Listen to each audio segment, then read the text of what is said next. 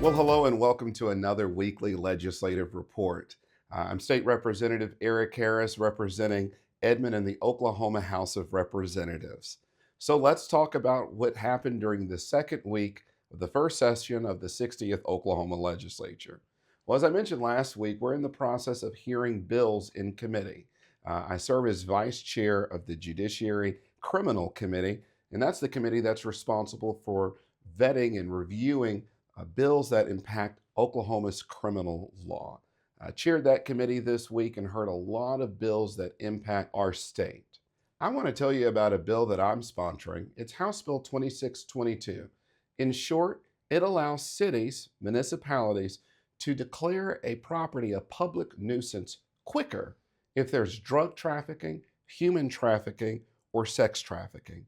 You see, in Oklahoma, we have unfortunately an issue with high amount of domestic violence.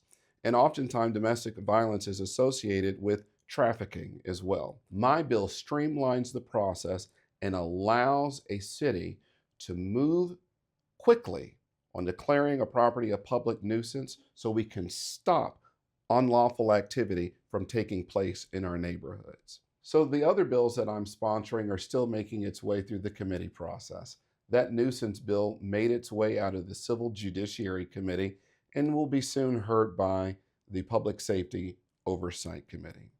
One thing that I want to tell you about is a bill that I just voted for that would prohibit cell phone usage in schools. You see, when I was growing up, cell phones were just starting to make their ways in schools, and sometimes folks had cell phones, sometimes they didn't. My parents did not let me have my phone in school. Well, we've seen an uptick in the amount of cell phones in schools, and study after study has shown that that cell phone usage has a direct impact and it has a correlation with student success. If we want our state schools to be better, we have to look at the entire classroom atmosphere. Cell phone usage is one. That's why I voted for that bill. Now the bill is moving to the state Senate where it will be considered. And if the Senate is so inclined to vote for it, it'll move to the governor. That concludes this week's legislative update.